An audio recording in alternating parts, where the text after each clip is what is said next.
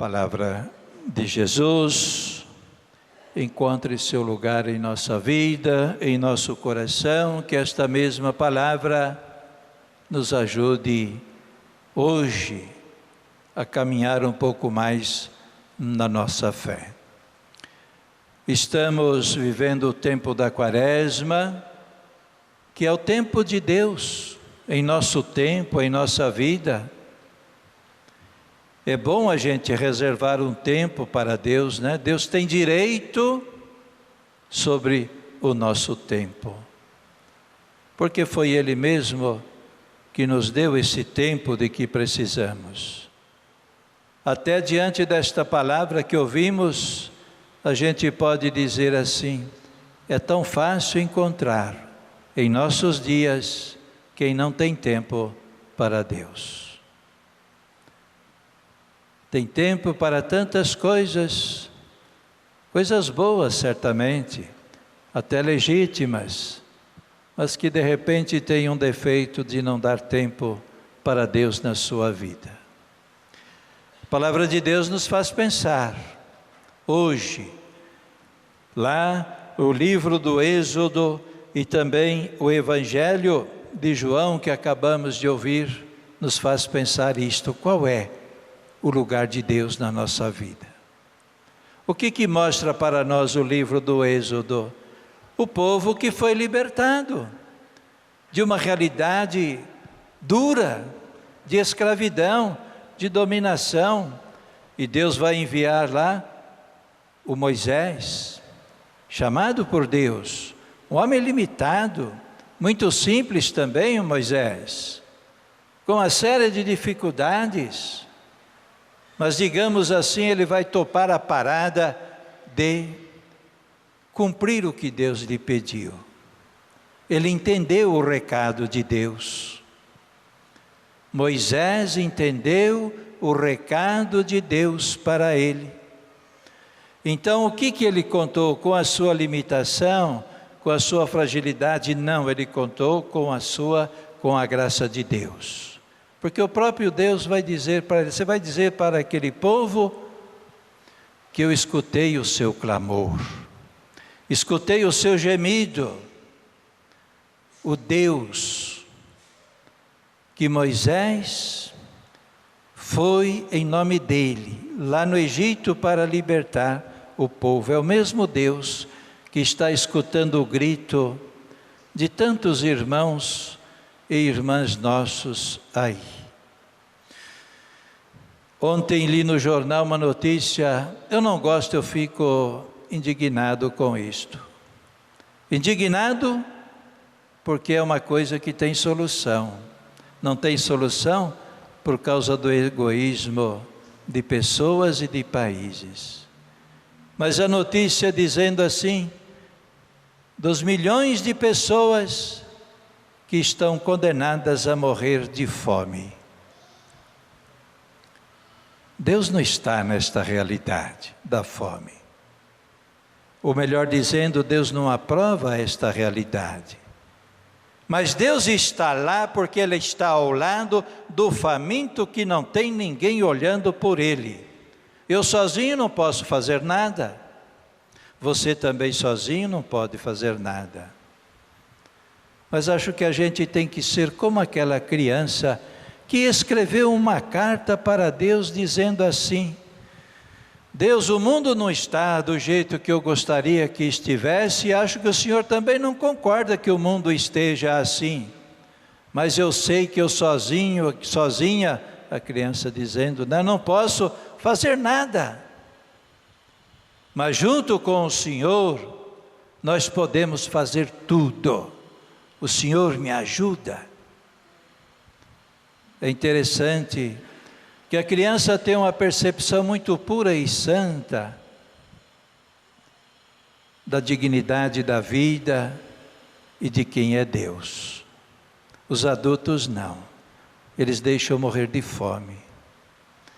Se os países se organizam, não tem mais fome no mundo. O que adianta saber que tem aqueles que se enriquecem vendendo aquilo que colheram. Está certo, trabalharam, organizaram, mas o que não está certo é não repartir. Porque às vezes ao lado de quem está com uma grande reserva de alimento, o seu vizinho pode estar passando fome e morrendo de fome. Deus faz tantas coisas para nós e nós negamos Deus. Esquecemos o bem que Ele nos faz, as maravilhas que Ele realiza em nós. Isto aconteceu com o povo de Israel. E não é difícil qualquer um de nós pensar um pouquinho, infelizmente encontrar esta mesma realidade entre nós, no nosso mundo. E não me dê uma resposta de quem não quer nada com nada, viu? Por favor, não me dê uma resposta de quem está acomodado. Ah, então foi sempre assim e assim sempre será. Não venha dizer isto para mim. Foi sempre assim. Quem não quer crescer na vida, quem não quer caminhar na vida, seja no sentido humano, seja no sentido da fé, sempre vai dizer assim. Foi sempre assim. Não justifique a acomodação. A gente tem que olhar com olhos mais abertos. A palavra de Deus vem nos provocar. A palavra de Deus vem nos provocar e tem que nos provocar mesmo. A palavra de Deus nunca é para acomodar a gente, é para a gente tomar consciência. E quando a gente toma consciência desta palavra e procura agir conforme esta palavra, então, é claro, a gente vai ficar em paz, mesmo tendo que enfrentar situações difíceis de conflito aí na vida. É bem isto que Jesus está dizendo para nós no Evangelho também. Quando a gente está com Deus, não tem nada o que temer. Olha que é forte a palavra de Jesus quando Ele vai dizer assim, vocês não têm Deus no coração, né? Deixa eu ver se eu encontro aqui agora, né? Vocês ficam examinando as Escrituras e não compreendem que eu sou a palavra de Deus, a palavra do Pai encarnada. Jesus está dizendo, vocês não me escutam e portanto não escutam a Sagrada Escritura. É o que São Jerônimo lembra para nós, né? Negar o Cristo é negar toda a história sagrada. É negar toda a história sagrada. Ele é o centro de toda a história da salvação. É o centro de toda a Bíblia. Por isso, faz favor de ler o Evangelho, ler o Novo Testamento. É aí que está. Somos o povo da nova aliança, o povo depois de Jesus. E a gente reza pedindo que sejamos um povo de ressuscitados, mas a gente às vezes procura viver em armadilhas, em coisas que não nos levam para a vida. Então Jesus é muito firme em dizer para aqueles que escutavam a Ele, em dizer para os fariseus, para os mestres da lei, aqueles que se achavam melhores que o próprio Cristo, e que deram trabalho até o final da vida de Jesus. Enquanto não viram Jesus morto, também não ficaram sossegados. Mas aí é que aparece o imprevisível de Deus, né? A ressurreição do Cristo. A palavra de Deus na Quaresma quer nos conduzir para celebrar de fato a ressurreição. E eu tenho que ir tomando consciência de que a minha fé está na ressurreição de Jesus. Que Paulo já lembrou para nós, se Cristo não tivesse ressuscitado, nós estaríamos todos perdendo tempo. Se Ele não tivesse ressuscitado, Ele vai dizer, mas Ele ressuscitou. E por isso, Ele é a nossa vida, a nossa esperança. E quem crê nele, não será decepcionado. Então, meu irmão e minha irmã, venha o que vier sobre nós. Às vezes na vida, todos nós já temos esta experiência de ter de enfrentar situações difíceis na vida, não é verdade? Tanto a nível pessoal, como a nível de família, de comunidade, de cidade.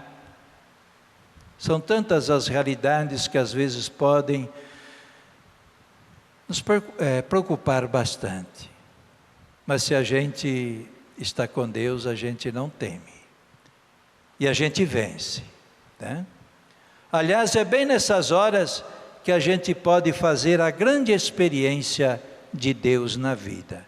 Nas horas difíceis, nas horas amargas, igual o colega meu de seminário, ele tinha umas inspirações, ele dizia mais ou menos assim, numa música, que Deus o ajudasse a viver a vida divina, nos momentos alegres, nas horas amargas, nas horas tristes, nas horas extras, e ele ia compondo tudo isto muito existencial, né? Todos nós podemos fazer a grande experiência de Jesus na nossa vida. E se a gente se dispõe a isto, todos nós vamos crescer nesta vida de fé e na vida de amor a nosso Senhor. Então deixemos que a palavra de Jesus, que é o próprio Jesus, a palavra dele é o próprio Jesus, venha encontrar seu lugar em nós, para que a gente possa caminhar mais destemidamente, mais cheios de esperança. Olhemos então de cabeça erguida, porque sabemos em quem nós estamos acreditando. E é nele que está toda a nossa esperança. E é nele que está a nossa salvação. Pode crescer o mundo na sabedoria, na ciência, em tudo. E tudo aquilo que vem da inteligência, do desenvolvimento legítimo, é querido por Deus. E Deus quer isto. Mas mesmo assim, a salvação não está nestas coisas. Está na pessoa de Jesus. Ele é o nosso Salvador. Vamos viver no mundo, com tudo de bom e bonito que Ele tem, mas também para que o nosso testemunho, que também fala o Evangelho do testemunho, ajude a gente fazer com que o mundo, né, tenha um pouquinho mais de esperança, um pouquinho mais de alento. Que Nossa Senhora nos torne então muito fortes na nossa fé. E que ela nos ajude a reconhecer a misericórdia de Deus, que não se cansa de estar presente entre nós.